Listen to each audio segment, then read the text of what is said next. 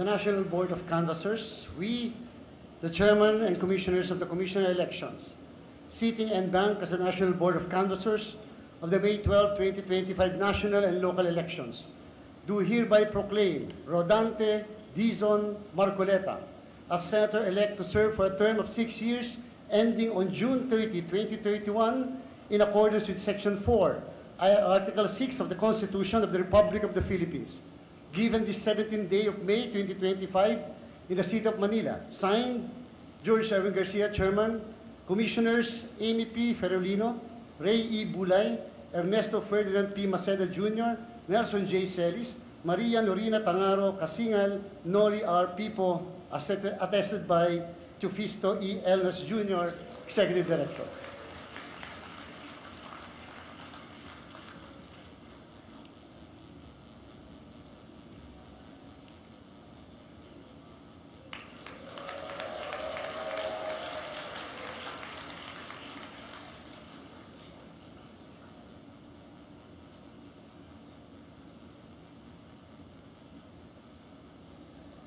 Mga minamahal kong mga kababayan, sa ngalan po ng aking pamilya,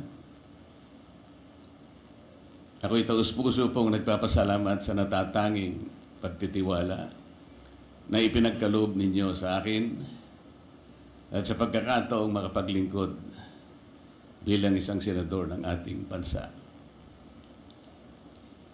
Ang tagumpay na aking nakamit ay tagumpay po nating lahat.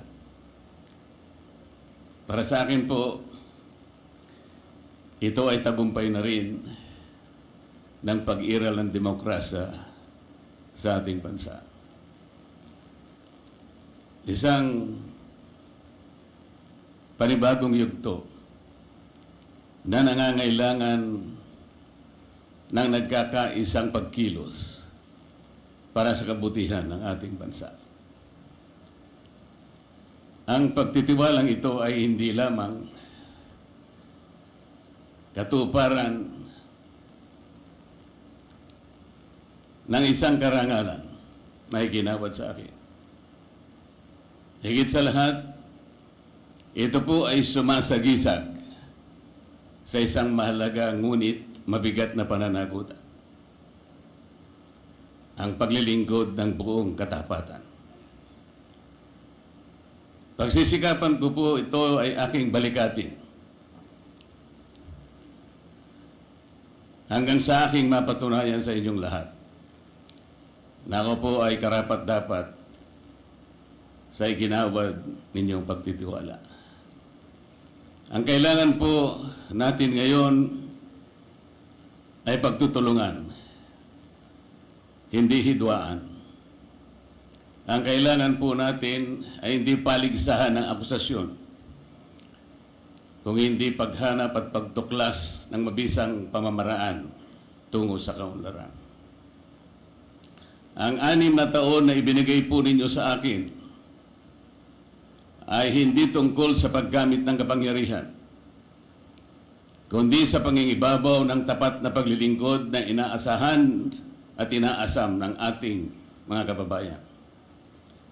Hindi po ito tungkol sa pansariling kapakinabangan, kung hindi ito ay sa kapakanan at interes ng bawat isang Pilipino. Maraming salamat, Chairman George, at sa buong kawani at mga opisyalis ng Komisyon ng Halalan.